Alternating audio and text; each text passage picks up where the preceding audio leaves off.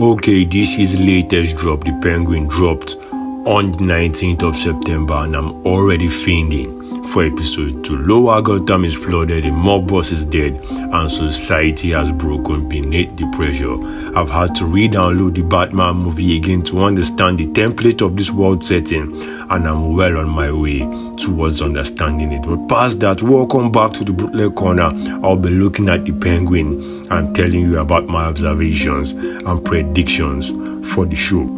First off is Mr. Oswald, in the wake of Mr. Falcon's death, rushing in to steal an advantage over everyone, and his transition from thief to friend within seconds was so smooth that even I as the viewer was caught aback by it. Guilty people always show some signs of discomfort no matter how small, and it only goes to show how dark behind Oswald is at stealing that he changes the conversation without Alberto noticing. But we see a man who's contemplating the question of why not me during his talk with Alberto Falcon, because even Alberto says he has no head for the business. After all, he had been a cokehead with no business acumen. But now that is dead, playtime is over, and it is time for the big boy pants. Meanwhile, Alberto is scared shitless. Remember, these are the streets. The men who follow you need to both fear and respect you. If not, you are dead before you start. And that is where Alberto falls short.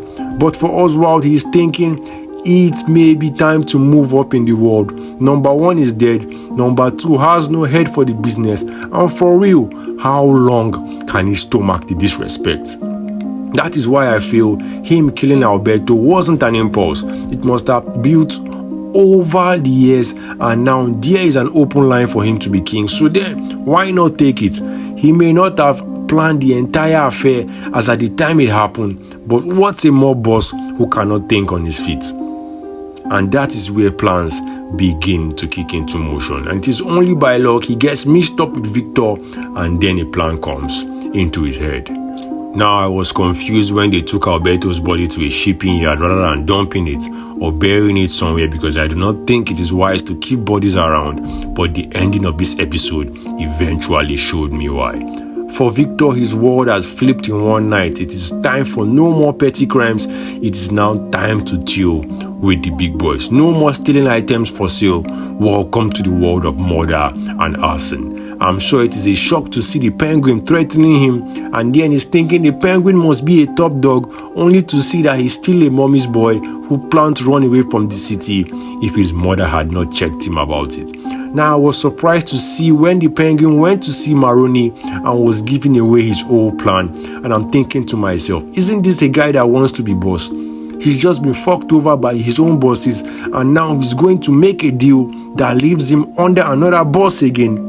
I mean, it didn't make sense to me, but I let it slide at the moment. I also raised eyebrows when he gave Maroni his ring, because that's him basically confirming that all the Falcons are dead.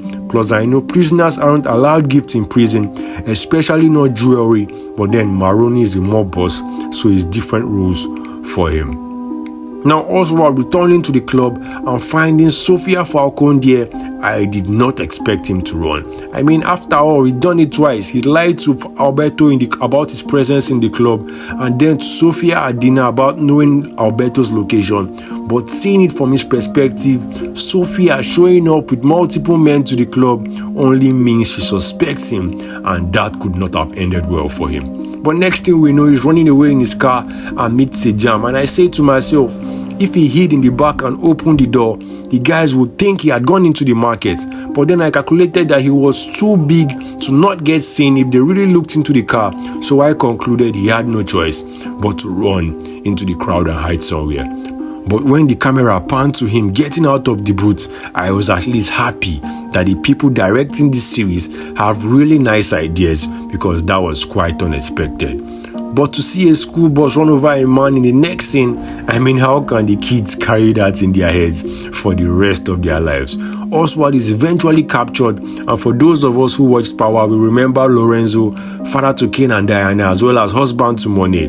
But here, he is a hired goon in charge of torturing Oswald, And then we finally find out why Oswald didn't dump Alberto's body, why throw away a perfect piece to cause chaos between two crime families, why he quietly collects the spoils. So both Falcone Sr. and Jr. are dead, and Salvatore Maroni has his ring back, and I'm thinking the Falcones are going to blame the Maronis for both deaths, even though Falcone Sr. was killed by the Riddler. But all in all, this was a good pilot episode, the right amount of believability and drama. Will Ferrell had so much prosthetics on him that he was virtually unrecognizable, but the acting prowess was very much on display. With this turn of new events, I wonder if the plan to shut down Oswald's warehouse is still on track, or if war with the Maronis will delay that order. And what's the new drug Alberto Falcone was planning to bring in? I'm thinking it might be a variation of Scarecrow's fear toxin mixed with other drugs, but that is just a prediction for now. Will there be any other villains in this series, or will it just focus on the two biggest crime families in Gotham? As for Oswald, is he going to recruit another person into his team? Because I don't think he and Victor are enough for the scale of what he plans to achieve, but then he doesn't really need much. Just a strong right-hand man, but not too strong. After all, he is a living example of what happens when a right-hand man gets too ambitious. For Victor, how long before he does something really bad? As of now, he's merely rigged a car with a dead body to crash into the Falcone estate, but is he really ready for the dark arts? Sophia Falcone is one to watch out for. We've already seen her kill a kid without flinching, so we know she is the real deal, and Penguin will have to think real hard to outsmart her. Now, I hope the writers do not drop the ball with this show, because sometimes we get tricked with intelligence in characters only to have them fall for the silliest things. But that's it on this episode of The Penguin. We'll be back this week after the next episode. So put your thoughts, questions, and predictions in the comment section. Keep it locked in, and I'll be back.